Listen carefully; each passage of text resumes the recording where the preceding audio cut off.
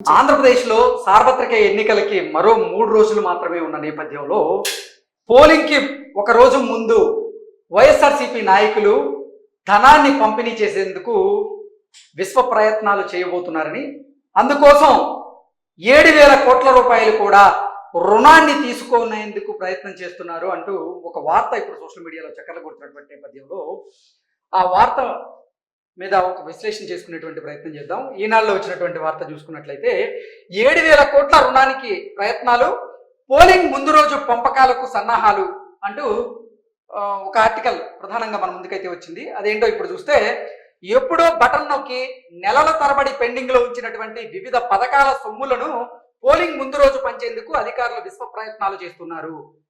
జగన్మోహన్ రెడ్డి ఎప్పుడో బటన్ నొక్కేశాడు, కానీ లబ్ధిదారులకు మాత్రం అవి ఇంకా అందలేదు.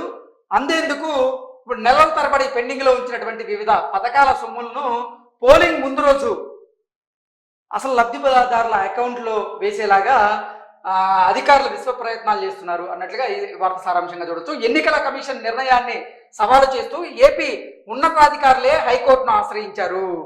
అసలు ఎన్నికల కమిషన్ ఇచ్చినటువంటి నిబంధనలను బేఖాతరు చేస్తూ కూడా ఆంధ్రప్రదేశ్లో ఉన్నటువంటి ప్రభుత్వ ఉద్యోగులే హైకోర్టును ఆశ్రయించారు. జగన్కు అన్ని రకాలుగా మద్దతు పలుకుతున్నటువంటి సిఎస్ జవహర్ రెడ్డి, ఆర్థిక శాఖ ముఖ్య కార్యదర్శి రావత్, కార్యదర్శి సత్యనారాయణ పెద్ద ఎత్తున అప్పులు తెచ్చి మరి పథకాల సొమ్మును పోలింగ్ ముందు రోజు పంచాలని ఏర్పాట్లు చేశారు. సో అసలు పెద్ద ఎత్తున అప్పులు తెచ్చైనా సరే ఆంధ్రప్రదేశ్ ప్రభుత్వ ప్రధాన కార్యదర్శి జవహర్ రెడ్డి, అలాగే ఆర్థిక శాఖ ముఖ్య కార్యదర్శి రావత్, కార్యదర్శి సత్యనారాయణ వీళ్ళు పెద్ద ఎత్తున అప్పులు తీసుకొచ్చి కరెక్ట్గా పోలింగ్కి ఒకరోజు ముందుందంగా వివిధ పథకాల రూపంలో కొంతమంది లబ్ధిదారులకు ఈ ధనాన్ని వారి అకౌంట్లో వేసేటువంటి ప్రయత్నం చేస్తున్నారు. అలా వైకాపాకు లబ్ధి చేకూర్చేందుకు జగన్ అనుకూల యంత్రాంగం కంకణం కట్టుకుంది.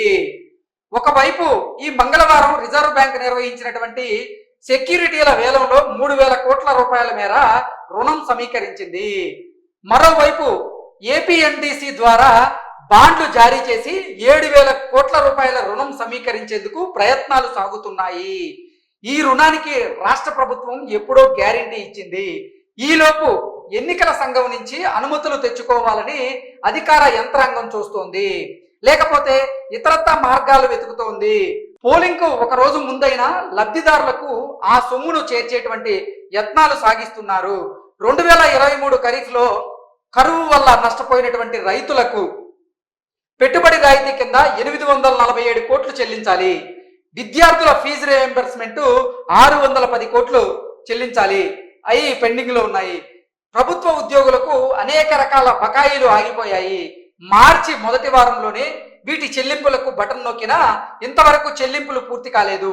చేయూత, ఈబీసీ నేస్తం వంటి పథకాలు కూడా ఇంకా నిధులు చెల్లించాలి. సో జగన్మోహన్ రెడ్డి ఎప్పుడో బటన్ నొక్కాడు, కానీ దానికి సంబంధించినటువంటి ఆ పథకాల నగదు మాత్రం లబ్ధిదారులకు ఇంకా అందలేదు.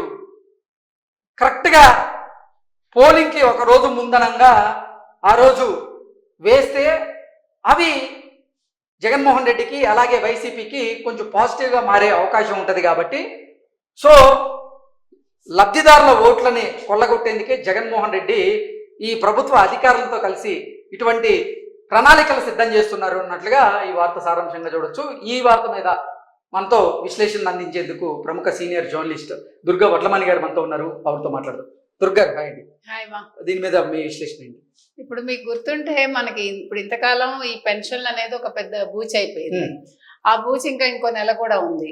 ఇప్పుడు దానికి ప్రతిపక్షం దాన్ని అడ్డుకుంది అని చెప్పి వాళ్ళు ఒక ఆల్రెడీ దాని మీద 3 నెలలు నడుపుతున్నారు. ఇప్పుడు కొత్తగా ఇది తీసుకొచ్చారు. ఇప్పుడు మార్చిలో వాళ్ళు బటన్ నొక్కితే ఇంతవరకు నిద్రపోతున్నారా? మార్చి నుంచే కదా ఎన్నికలు కూడా అమల్లో ఉంది. దాని ముందే చెయ్యాలి కదా, మార్చి ఫస్ట్ వీక్ లో చెయ్యాలి. అంటే ఇప్పుడు దీన్ని కూడా ప్రతిపక్షం ఎత్తిన వేసేయచ్చు. మీకు ఇద్దామన్నా వాళ్ళు ఇవ్వనివ్వట్లేదు. అసలు కేంద్ర ఎన్నికల సంఘాన్ని ఎలా అడుగుతారండి ఇప్పుడు? అంటే ఇప్పుడు ఈ రిజర్వ్ బ్యాంక్ వీటి ద్వారా తెచ్చిన 3,000 ప్లస్ ఏపీఎండిసి ద్వారా తెచ్చే 7,000 ఇవన్నీ కలిపి నొక్కేద్దామన్నా? వాళ్ళకేదో ఇచ్చినట్టు ఇచ్చి, అంటే ఇప్పుడు అందరికీ లబ్ధి చేకూర్చారు. కొంతమందికి అంటే ఇప్పుడు ఇంకొకటి ఏం చేస్తున్నారంటే వీళ్ళు కొత్త లబ్ధిదారులను చేరుస్తున్నారండి. ఉన్న వాళ్ళని పక్కకు పెట్టేసి మనకి ఎవరైతే ఓటు వేస్తారో మనకు అనుకూలంగా ఉంటారో అనుకున్న వాళ్ళని లిస్ట్ లో చేరుస్తున్నారు.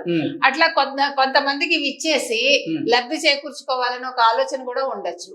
ఏది ఏమైనప్పటికీ మీరు మొత్తం చూసినట్లయితే ఇప్పుడు ఫీజు రియంబర్స్మెంట్ ఏంటండి, ఇప్పుడు రైతులకి నష్టపరిహారం ఏంటి, ఇప్పుడు చేయూత ఏంటి, ఇప్పుడు ప్రభుత్వ ఉద్యోగులకు ఇవ్వాల్సిన ఇప్పుడు ఇవ్వడం ఏమిటి, అసలు మీరు చూస్తే అందులో ఎంత అన్యాయం అది. అంటే ఇన్ని సంవత్సరాలు ఏం చేస్తావు నువ్వు అంటే మార్చ్ లో ఇవ్వాల్సింది నువ్వు ఇది మే నెల, ఇప్పుడు ఎన్నికల కోడ్ ఉంది ఉన్నప్పుడు నువ్వు ఇవ్వకూడదు అంటే నీకు కావాలని వీళ్ళు అది ఇప్పుడు ఇవ్వరు అని తెలుసు.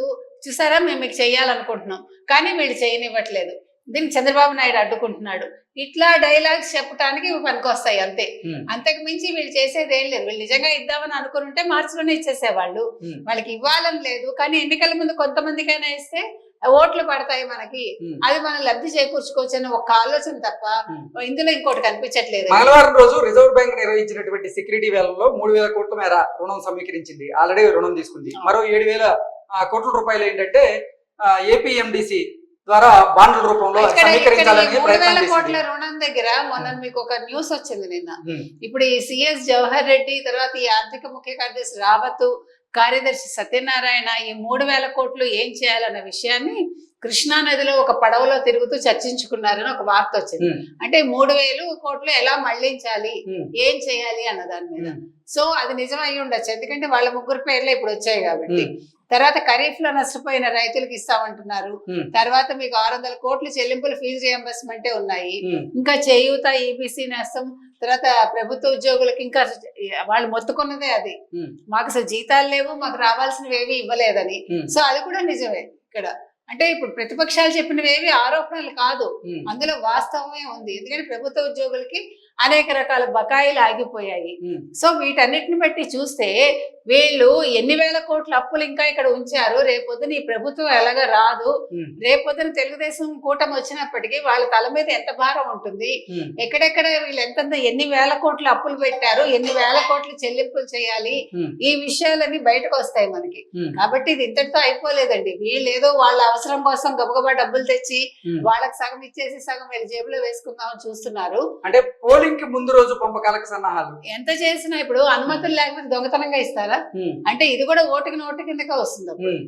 అంటే మేము మీకు ఇదేమంటారు ఈ చేయూత ద్వారా ఇస్తున్నాము లేదా దీని ద్వారా ఇస్తున్నాం అని చెప్తూ వాళ్ళు దొంగతనంగా ఈ డబ్బు పంపిణీ చేశారనుకోండి, అది కూడా కేంద్ర ఎన్నికల సంఘం గుర్తించాలి, రాష్ట్ర ఎన్నికల సంఘం కూడా దృష్టి పెట్టాలి, డీజీపీ కూడా దృష్టి పెట్టాలి. వాళ్ళని వదలటానికి మాత్రం వీల్లేదు. ఓకే, సో ఓవరాల్ గా చూసుకున్నట్లయితే 7,000 కోట్ల రుణాలకి ప్రయత్నాలు చేస్తున్నారు. పోలింగ్ కి ముందు రోజు మాత్రం పంపకాలకు సన్నాహాలు చేస్తున్నారు.